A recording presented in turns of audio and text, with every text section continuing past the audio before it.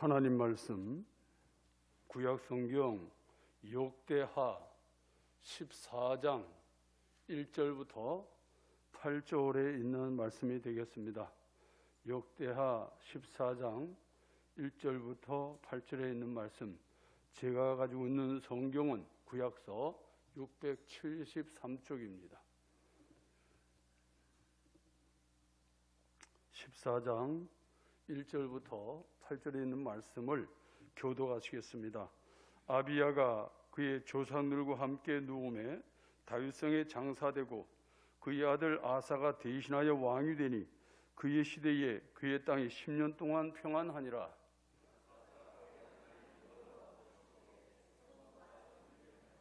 이방제단과 산당을 없애고 주상을 깨뜨리며 아세라상을 찢고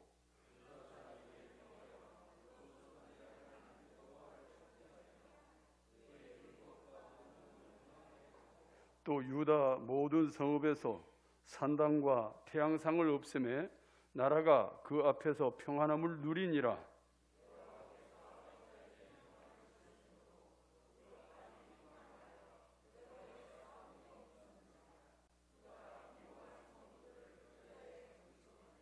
아사가 일찍이 유다 사람에게 이르되 우리가 우리 하나님 여호와를 찾았으므로 이 땅이 아직 우리 앞에 있나니 우리가 이 성읍들을 건축하고 그 주위에 성곽과 망대와 문과 빗장을 만들자.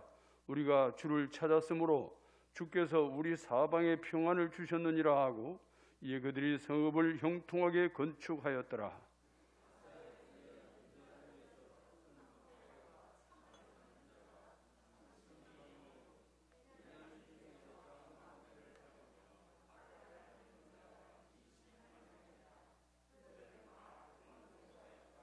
아멘. 할렐루야. 한 주간 평안하셨죠? 여러 가지로 많은 상황들이 아직도 우리를 어렵게 하지만 그 어려운 속에서도 지켜주신 하나님 은혜에 감사를 드립니다. 우리 지난 1일은 우리가 잘 아는 대로 우리나라가 일제의 식민 지배로부터 벗어나기 위해서 독립투사들이 아닌 민간인 중심으로 1919년 3월 1일 독립만세를 부르면서 그 전국 각지에 손에 태극기를 들고 나와서 흔들면서 남녀노소 할 것 없이 아주 들풀처럼 들고 일어난 그때를 기념하는 날이 3.1절입니다.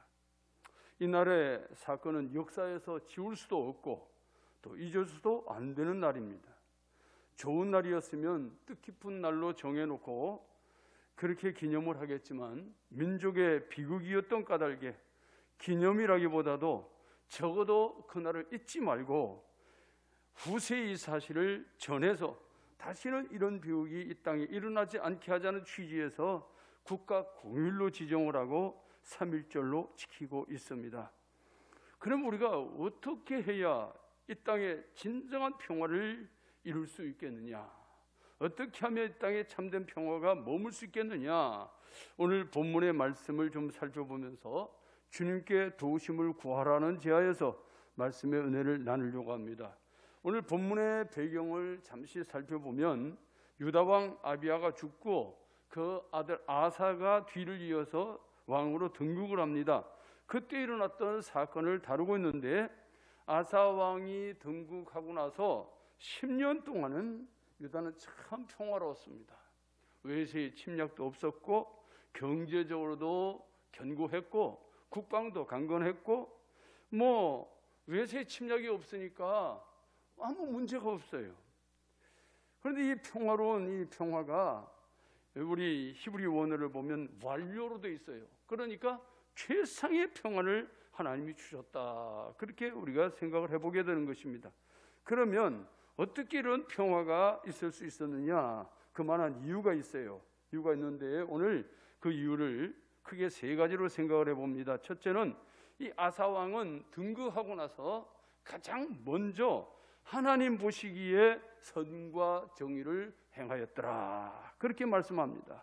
여기 행하였다고 하는 것은 미완료가 돼가지고 한 번 행하고 끝난 것이 아니라 계속해서 그렇게 행하는 거예요. 계속해서.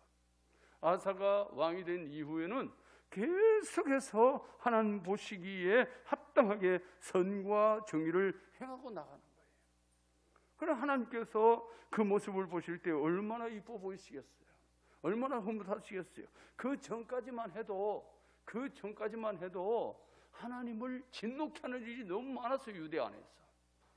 아니 그 북쪽 이스라엘은 처음부터 출발이 잘못됐으니까 그렇다고 할지라도 이 남쪽 유다는 하나님이 어떻게 지켜주신 나라인데, 어떻게 이렇게 지금까지 흘러오도록 하나님께서 인도해 주신 나라인데, 이들이 하나님 앞에 이 이스라엘에서 받아들이는 우상신 받아들이고 이방신 받아들이고 전부 다 그렇게 사는 거예요. 그러니까 하나님이 얼마나 진노하셨겠어요. 근데 하나님이 참고 참는 거예요. 왜? 다윗과의 약속 때문에. 다윗과의 약속 때문에 참고 참는 거예요. 북쪽 이스라엘 같았으면 벌써 어떻게 요절이 나왔을 거예요. 그런데 하나님은 다윗과의 언약이 있기 때문에 그 약속을 지키려고 무던히로 참으시는 거예요. 그런데 이 아사가 왕이 되자마자 우리 하나님 앞에 잘못 살았다, 하나님 앞에 지금까지 우리가 잘못 행동했다, 그래가지고 선과 정의를 행하는데 하나님 보시기에 합당하도록 하는 거예요. 그래 하나님께서 얼마나 이 모습을 기억을 하고 계시겠느냐 그 말이에요. 그러니까 우리가 무슨 일을 하든지 하나님 앞에 서 있다고 하는 이 사실을 인식하는 것, 이것이 굉장히 중요합니다. 우리가 무슨 일을 하든지, 학생이 학교에서 공부를 하든지, 사업가가 사업을 하든지, 직장 생활을 하든지, 우리가 대인 관계를 이루든지 대물 관계를 이루든지 무슨 일을 하든지 간에 나는 지금 하나님 앞에 서 있다, 하나님 앞에 서 있다는 사실을 잠시도 잊어버리면 안 돼요. 그래서 우리 신학적인 용어로는 코람데오라고 해요. 하나님 면전에 나는 서 있다, 하나님이 나를 보고 계신다고 말해요. 이게 얼마나 중요한 것인지 모릅니다. 하나님 보시기에 어떠실까? 이걸 늘 생각하면서 행동하는 것이 굉장히 우리 신앙생활하는 사람들에게 중요한 겁니다. 나를 향한 타인의 칭찬, 타인의 비판, 그게 중요한 게 아니에요. 다른 사람이 나를 좋게 평가를 해주느냐 나쁘게 평가를 하느냐, 우리는 보통은 다른 사람의 평가에 예민해요. 다른 사람이 나를 안 좋게 얘기하면 벌써 이게 신경 확 곤두서 버린단 말이에요. 다른 사람이 나를 칭찬해 주면 은근히 기분이 좋아요. 이거 저도 마찬가지예요. 그래서 사람은 누구나 그런 감정을 가지고 있어요. 그런데 중요한 것은 그것보다 더 중요한 것이 뭐는데, 하나님이 나를 어떻게 봐주실 것이냐. 사람들이 나를 칭찬을 해도 하나님 보실 때 너 아니야 그러면 안 되는 거예요. 다른 사람들이 나를 비난을 해도 하나님께서 나를 인정해 주시면 그거 되는 거예요. 중요한 것은 하나님께서 나를 어떻게 봐주실 것인가. 나는 지금 하나님 앞에 서 있다. 물론 주변에 사람들도 서 있지요. 근데 사람들의 평가가 중요한 것이 아니라 하나님의 평가가 우선이다 그 말이에요. 그런데 오늘 이 아사 왕은 하나님 보시기에 선과 정의를 행하였더라. 하나님 보시기에. 우리 따라서 합시다. 하나님 보시기에, 하나님 보시기에. 이 하나님 보시기에 좋아야 돼요. 하나님 보시기에. 이것이 굉장히 중요한 것입니다. 먼저 신앙 양심에 비추어서 내 자신에게 스스로 자책할 것이 없어야 돼요. 우선 내 양심에 내가 부끄럽지를 말아야 되잖아요. 내 양심에 자꾸 걸리면 그것부터 문제가 되죠. 그런데 내 양심에 걸림이 없어야 되는데, 그런데 그보다 더 중요한 게 있어요. 아무리 내 양심에 걸림이 없어도 하나님 보실 때 의롭지 못하면 안 된다고 말입니다. 그래서 사도 바울은 그렇게 고백했어요. 나는 다른 사람들의 평가는 다 제쳐놓고서라도 내 자신이 하나님 앞에 부끄럽지 않게 행동했다. 나는 이런 고백을 함부로 할 수가 없잖아요. 얼마만큼 말씀을 따라 살려고 몸부림을 쳤으면 후회함이 없다라고 그렇게 고백을 해. 그러나 그럴지라도 내가 하나님께서 나를 의롭다고 해주실지 그건 나도 잘 모르겠다. 나는 적어도 하나님 앞에 옳다고 지금 해왔다. 왜 그런 줄 아세요? 사도 바울이 예수님을 만나기 전에 그는 하나님 앞에서 의롭다고 행동을 했어요. 예수님 만나기 전에. 그래서 많은 그리스도인들을 핍박을 합니다. 그들을 달아버려요. 잡아들여요. 근데 자기는 하나님 앞에서 충성한다고 하는 거예요. 그런데 예수님 만나고 보니까 너무 잘못됐단 말이에요. 너무 잘못. 그러니까 지금 사도 바울은 지금 내가 예수 그리스도 앞에서 하나님의 뜻을 이루기 위해서 몸부림을 치고 지금까지 내 양심에 부끄러움이 없도록 해왔지만, 그러나 하나님께서 나를 어떻게 평가해 주실지는 그분만 아신다. 얼마나 두려우면 그런 고백을 하겠어요. 얼마나 두려우면. 우리는 하나님 면전에 서 있다는 사실을 잠시도 잊어버리면 안 돼요. 하나님께서 나를 어떻게 보고 계실 것인가, 내 행동 하나하나를 어떻게 보고 계실 것인가. 두 번째는 그동안 유다 땅에서 하나님을 노엽게 했던 일이, 잠시 말씀을 드렸지만 폐역을 일삼는 건데, 그 폐역이란 우상을 숭배하는 일을 했단 말이에요. 다시 말하면 유다 백성들은 하나님을 배척을 하는 건 아닌데 하나님에게도 발을 걸치고 한쪽은 우상에 발을 걸치고 양다리를 딱 걸치고 있는 거예요. 오늘날 신앙생활하면서 기독교인이라고 하지만 이 양다리에 걸친 신앙생활이 많아요. 양다리 걸치는 거예요. 세상에 한쪽 발 딱 걸쳐놓고 하나님께 한쪽 발 걸쳐놓고 어느 쪽이든지 유익한 쪽으로 움직이는 거죠. 그런 일들이 너무 많아요. 하나님은 그런 모습을 원하시는 것이 아니라 온전히 하나님께로 몸과 마음을 들여놓기를 원하시는 거예요. 온전히. 그래서 아사 왕은 왕이 되고 나서 바로 유다 땅에서 폐역을 일삼던 우상 척결에 모든 것을 다 썼습니다. 하나님을 기쁘시게 해야 될 이 민족이 어떻게 하나님 앞에서 우상을 섬길 수 있겠느냐.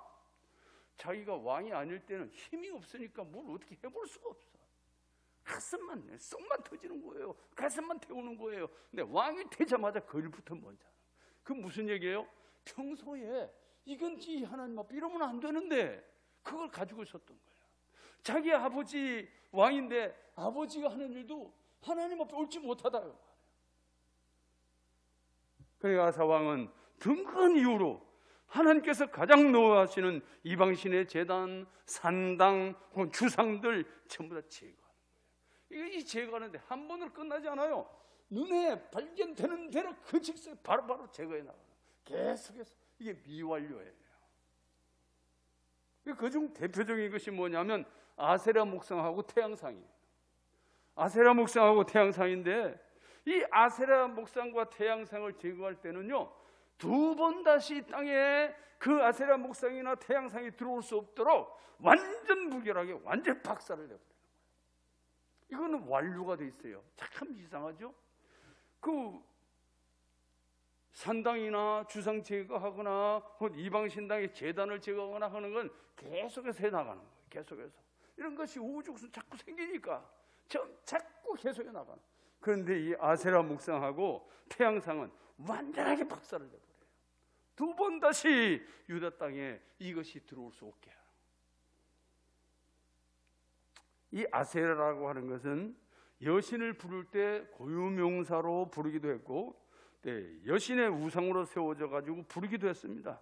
그래서 바알을 남편 신이라고 했으면 아세라를 부인 신이라고 했단 말이에요. 그러니까 이게 참 아주 묘한 우상이에요. 근데 이 여신을 상징해서 목상을 또 세웁니다. 그래서 이 목상을 또 아세라라고 부르기도 했어요. 근데 엘리야 선지자나 요시야 왕도 하나님 앞에 가증한 이 아세라를 없애기 위해서 가진 노력을 다합니다. 이 유다 땅에 이런 것들이 들어오면 안 된다는 거예요. 절대로 들어오면 안 된다는 거예요. 오직 하나님밖에 없다는 거예요. 하나님만 섬길 때 이 나라가 산다. 엘리야 선지자도 요시야 왕도 이 아사 왕도 마찬가지.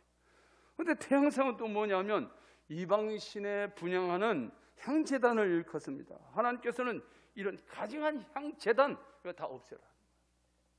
하나님 앞에 드려질 분향단만이 필요하지 이방신에 드려지는 분향단 필요치 않단 말이죠.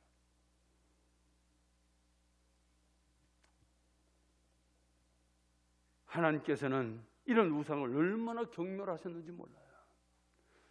이 하나님 보실 때 우상이라고 하는 것은 우리 사람으로 보자면 이게 남녀가 서로 짝을 이루고 살잖아요. 부부를 이루어서 살아요. 부부를 이루어서 사는데, 그런데 남편이 자기 아내가 있는데 다른 여인에게 마음을 주고 자꾸 다른 여인에게 집적대고 그 여인을 찾아가고 만나고, 그럼 이게 어떻게 되겠어요? 와이프 쪽에서 볼 때는 이게 배신이잖아요. 배신이잖아요. 이거 거꾸로 뒤집어도 마찬가지예요. 자기 아내가 다른 남자를 자꾸 만나고 다른 남자 좋아하고 그 남자를 위해서 뭐하고, 요즘 드라마에 그런 거 많이 나오잖아요. 근데 그런 거 볼 때는, 남편 쪽에서 볼 때는 이게 완전히 배신이잖아요. 그런데 배신을 당하고, 그래 너 좋은 남자 만나라, 너 좋은 여자 만나라, 그렇게 할 부부는 세상 천지 없어요. 세상 천지 없어. 내가 미워 죽겠어도 다른 녀석을 만나면 이게 용납이 안 되는 거야. 안 되는 거야.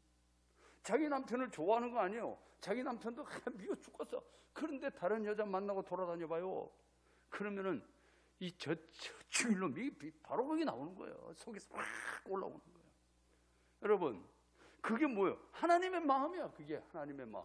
하나님께서는 하나님 외에 우상을 숭배하면 하나님이 속에서 불이 나는 거예요. 진노가 막 올라오는 거예요. 그래서 하나님을 가르쳐서 질투하는 신이라 그랬어요. 질투하는 하나님이에요. 오늘 우리는 오직 하나님 한 분만을 온전히 섬기는 저와 여러분이 되기를 주의 이름으로 축복합니다. 주의 이름으로 축복합니다. 세 번째는, 온 백성들이 이제는 하나님만 찾고 그분의 율법과 명령을 행하게 하였더라. 그런데 오늘 이 행하게 하였다고 하는 말씀은 부정사 연경을 써가지고 아주 목숨 걸고 아주 철저하게 행하도록 훈련시킨 거예요. 두 번 다시 우상이 끼어들 틈을 안 만들어주는 거예요. 이 백성들아, 너희가 도대체 어떤 백성이냐? 하나님의 선민이 아니냐? 하나님의 선민이 어떻게 해서 우상을 끌어들일 수 있겠느냐? 어떻게 해서 이방신을 끌고 들어올 수 있겠느냐? 어떻게 해서 너희가 산당을 세우고 주상을 세워놓고 하나님을 노역케 할 수 있겠느냐? 이 백성이 평안히 살려고 하면, 하나님 은혜 가운데 살려고 하면 이것을 전부 다 몰아내고 그걸로 끝나는 것이 아니라 하나님의 율법과 명령을 철저하게 행하여 한다. 아사 왕은 이 부분에 아주 목숨을 걸었어요. 굉장히 중요한 것입니다. 아사 왕은 자기만 하나님을 경외한 것이 아니고 온 백성들이 함께 하나님을 경외하도록 그렇게 이끌어가는 겁니다. 우리는 주변 사람들에게도 신앙적 감화와 영향을 줄 수 있는 영역을 소유한 성도가 되기를 주의 이름으로 축복합니다. 이게 굉장히 중요한 것이에요. 나만 잘 믿는다고 끝나는 게 아니다 그 말이에요. 나만 잘 믿는 것이 아니라 주변 사람들까지라도 하나님을 잘 섬길 수 있도록, 예수 그리스도 안에 거할 수 있도록 도와주는 역할이 우리 성도들의 역할이에요. 그래서 예수님을 알지 못하는 사람에게 예수님을 알게 하고, 하나님을 섬기지 않는 자들에게 하나님을 섬기게 하고, 저들로 하여금 하나님 앞에 무릎을 꿇게 하고 예배하게 하는 그 일이 나도 중요하지만 다른 사람도 그렇게 될 수 있도록 돕는 것도 중요하단 말이에요. 그러니까 아사 왕은 자기 혼자만 믿은 게 아니에요. 여러분, 대만이라는 나라를 아시죠? 대만을 처음에 시작한 사람이 장제스 총통이에요. 그런데 장제스 총통이 중국에서 많은 보석을 그냥 싹쓸이 해가지고 대만으로 건너온 거예요. 그러니까 이게 중국이 대만을 함부로 손 못 대는 이유가 그 보석 때문에 그래.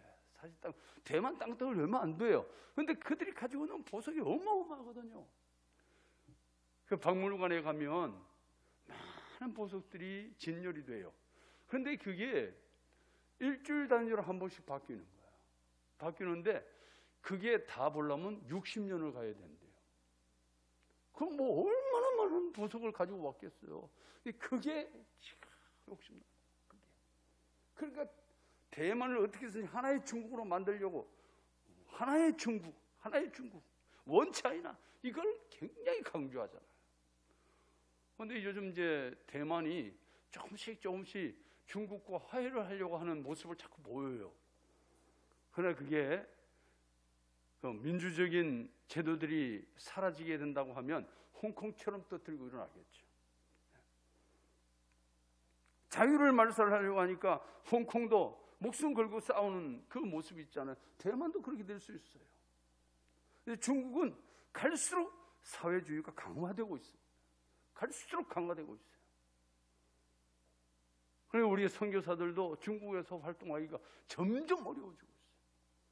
한때 잠깐 문이 열려 있어서 조금 자유로웠어요. 그런데 지금은 그 자유가 점점 박탈되고 있어요. 얼마나 어려운 상황인지 몰라요.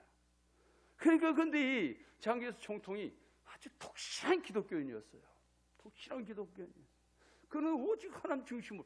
그런데 아쉬운 것은 자기 혼자만 잘 믿었다는 거예요. 다른 사람들이 아무 가망을 주지를 못해요. 국부의 위치에 있기 때문에 많은 사람들에게 자기의 신앙을 소개하고 하나님을 알려주고, 물론 받아들이고 안 받아들이고는 개인적이겠지만 그런 활동을 전혀 안 했단 말이에요. 만약에 장개수 총통이 그걸 했더라면 대만의 50%는 기독교인이 돼 있을 거예요. 지금은 대만이 다 불교권입니다. 불교권이에요. 이 장개수 총통은 그 장개수 총통 기념관에 가면 십자가가 다 있어요. 그 자기가 보던 성경책도 있고요, 다 있어요. 그런데도 신앙적인 영향력을 전혀 주지 못했어요. 얼마나 아쉬운지 몰라요. 그러니까 기독교인이 단쪽짜리 신앙생활을 했다고 말이에요. 우리 기독교인의 참 신앙은 내 신앙도 잘 유지해야 되지만 다른 사람에게도 신앙의 영향력을 끼쳐야 돼요. 그걸 해야 하나님 앞에 바른 신앙생활이 된다, 그런 말입니다. 오늘 아사왕은 그 일을 행했어요. 성경에 하나님 앞에 인정받는 지도자들은 한결같이 그렇게 살았어요. 다른 사람들에게 영향을 주는 거예요. 오늘 아사왕이 10년 동안 그 평안을 누리게 되는데, 10년이 지나면서 구스 사람 세라가 100만의 군사와 우리가 300대의 병거를 거느리고 유다를 치기 위해서 공격을 하게 돼요. 공격을 해요. 잘 들어보세요.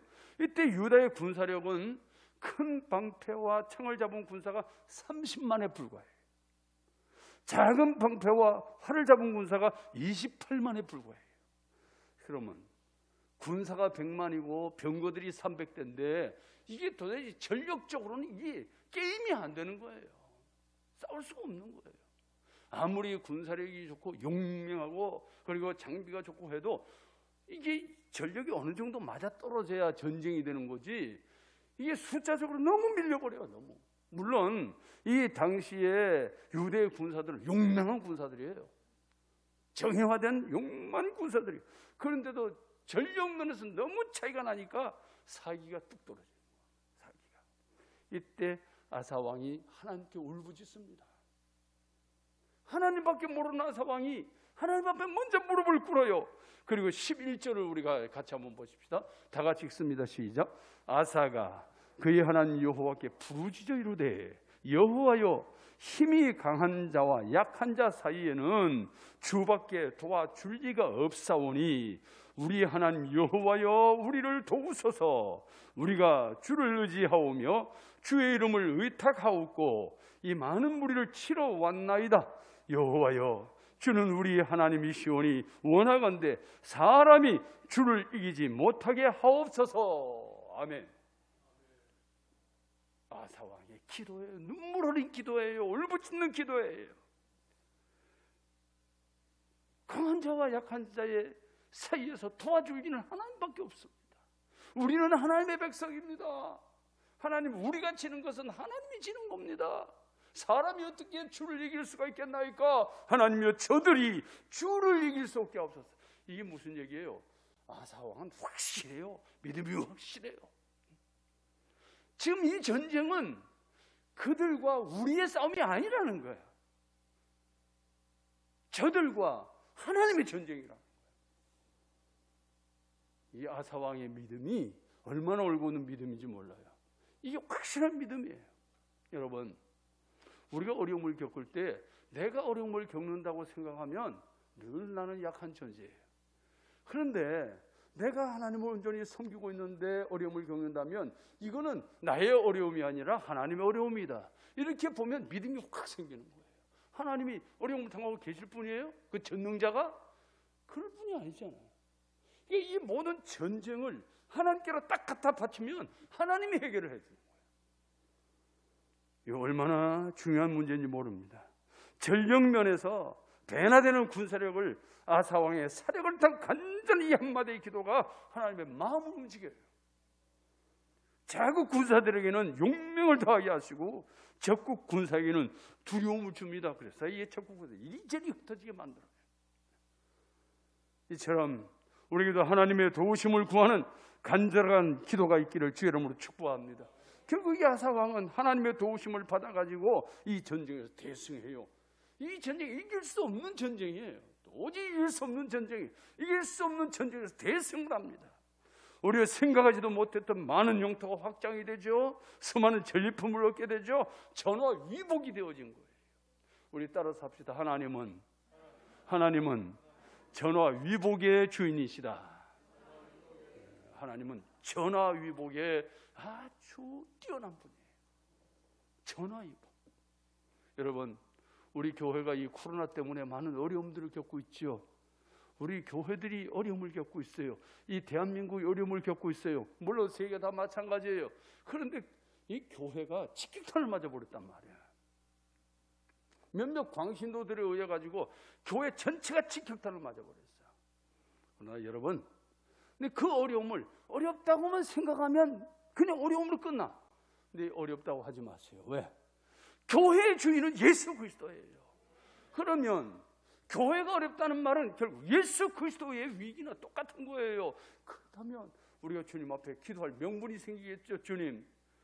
주님이 이 땅에서 약화되는 일은 결코 있을 수가 없지 않습니까?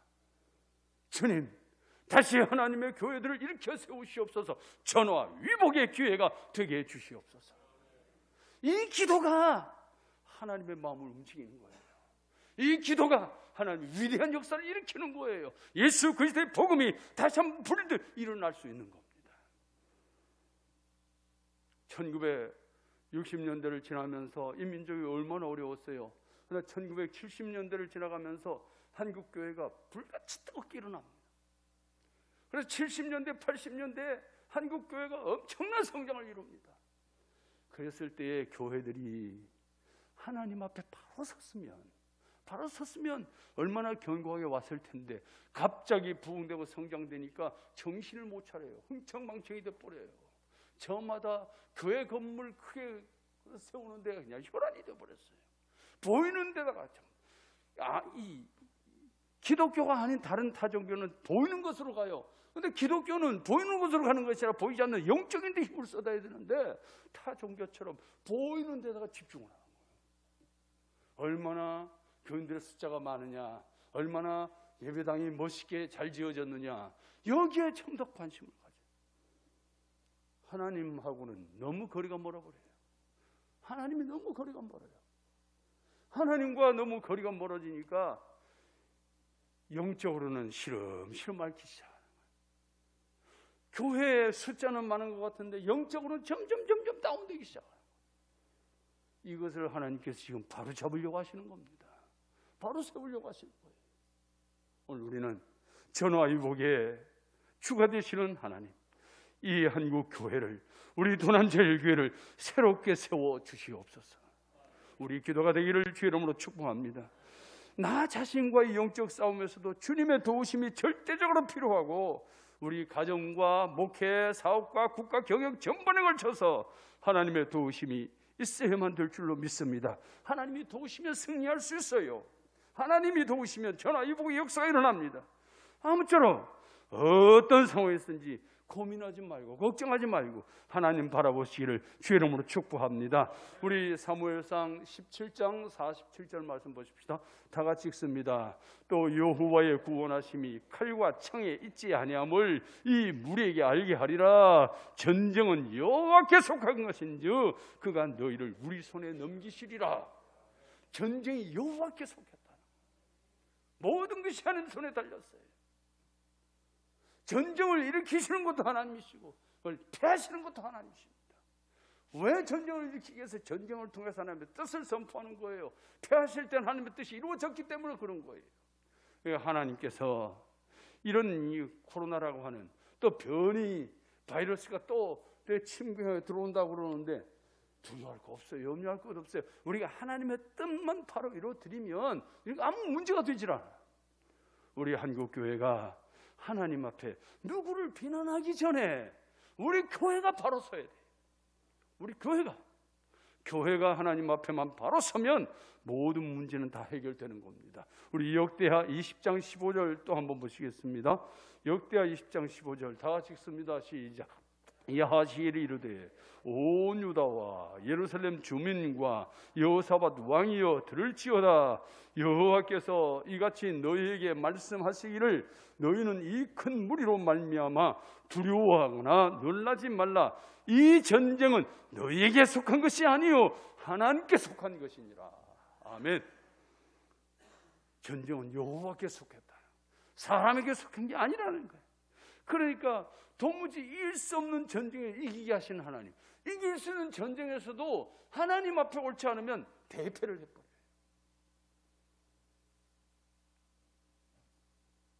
그런데 우리 하나님은 이 모든 것을 하나님의 계획 가운데 이루고 계시는 겁니다. 단순히 평화만 유지하게 하시는 것이 아니라 더 큰 은혜와 복으로도 역사해 주시는 하나님이에요. 얼마나 놀라운 역사인지 모릅니다. 우리 성경 한 곳을 더 봅니다. 시편입니다. 46편 5절 말씀 다 같이 읽습니다. 시작. 하나님이 그 성중에 계심에 성이 흔들지 아니할 것이라. 새벽에 하나님이 도우시리로다. 아멘. 아멘. 너무 귀한 말씀이죠. 하나님이 그 성중에 계심에 성이 흔들리지 않는다. 하나님이 이 교회에 함께 계시면 이 교회는 또 일어납니다. 그런데 하나님의 영이 떠나버리시면 우리는 빈축종이 아무것도 아니에요. 아무것도 아니에요. 여러분, 우리 사람 몸에 수분이 80%잖아요. 80%. 이 수분이 빠져나가면 우리 종이 짱같이 되고 말잖아요. 푸석푸석해지잖아요. 아무것도 아니잖아요. 그런 것처럼 하나님이 이곳에 계시면 이곳은 흔들리지 않아요. 하나님이 계시면, 하나님이 떠나면 아무것도 아니에요. 하나님의 영이 이 교회 안에 날마다 함께 하시기를 주의 이름으로 축복합니다. 그러면 우리 하나님이 언제? 새벽에 하나님이 도우시리로다. 그러니까 이 새벽 기도가 중요한 거예요. 새벽 기도가 중요한 거예요. 여러분, 교회에 함께 모여서 예배를 못하면 여러분이 계신 곳에서 새벽에 기도하세요. 잠자리에 일어나서라도 하나님 앞에 기도하세요. 새벽에 하나님이 도우시리로다. 그래서 우리 예수님은 밤낮을 가리지 않아. 우리 예수님은 사역할 때를 빼고서는 늘 하나님 앞에 기도하는 시간을 가졌어요. 하나님과 독대하는 시간을 가졌어요. 예수님께서 우리에게 본을 보여주신 거예요. 너희도 이렇게 기도하라. 이렇게 기도하라. 기도가 살 길이에요. 기도가. 우리 따라서 합시다. 기도가 사는 길이다. 이 기도가 뭐예요? 하나님과 나와 계속 교통하는 게 기도거든. 하나님과 나와 계속 교통하는 거예요. 우리가 기도에 대해서 오해를 하시면 안 됩니다. 기도는 내가 뭘 구할 바를 자꾸 구하는 거, 그것만이 기도인 줄 알아. 그 물론 기도의 내용 가운데 들어가는 건 맞아요. 구할 것을 구해야지. 그러나 정작 이 기도의 본질은 하나님과 내가 소통하는 겁니다. 하나님과 내가 교통하는 거예요. 이것이 굉장히 중요한 거예요. 이 기도가 멈춰져 버리면 우리는 신앙생활이 죽어버리는 거예요. 근데 한국교회가 왜 이 지경이 됐을까요? 기도가 점점 죽어가는 거예요. 기도가 살아나면 교회가 살아. 기도가 죽으니까 모든 게 다 다운되는 거예요. 원망, 불평이 왜 그럴까요? 하나님과의 소통이 안 돼서 그런 거예요. 하나님과 교통이 잘 되면 늘 감사가 있고 내 마음에 평화로움이 있고 은혜가 넘치고 이게 자동으로 되게 돼 있어요. 근데 기도가 멈추어지니까, 기도가 약해지니까 사람의 생각이 자꾸 나를 지배하게 되고 모든 환경이 자꾸 하나님이 안 보이고 환경이 보이는 거예요. 환경이 보이니까 원망이 나오고 불평이 나오고 짜증이 나오고. 오늘 우리 가운데 하나님의 영이 함께 하심으로 내 마음이 흔들리지 아니하고, 이 교회 안에 하나님의 영이 함께 하심으로 교회가 흔들리지 아니하고, 하나님의 위대한 역사가 내 삶의 현장에서, 내 심령에서, 교회 안에서 뜨겁게 일어나기를 주의 이름으로 축복합니다. 주의 이름으로 축복합니다. 이 나라가 하나님의 나라이기를 원합니다. 예수 그리스도의 나라이기를 원합니다.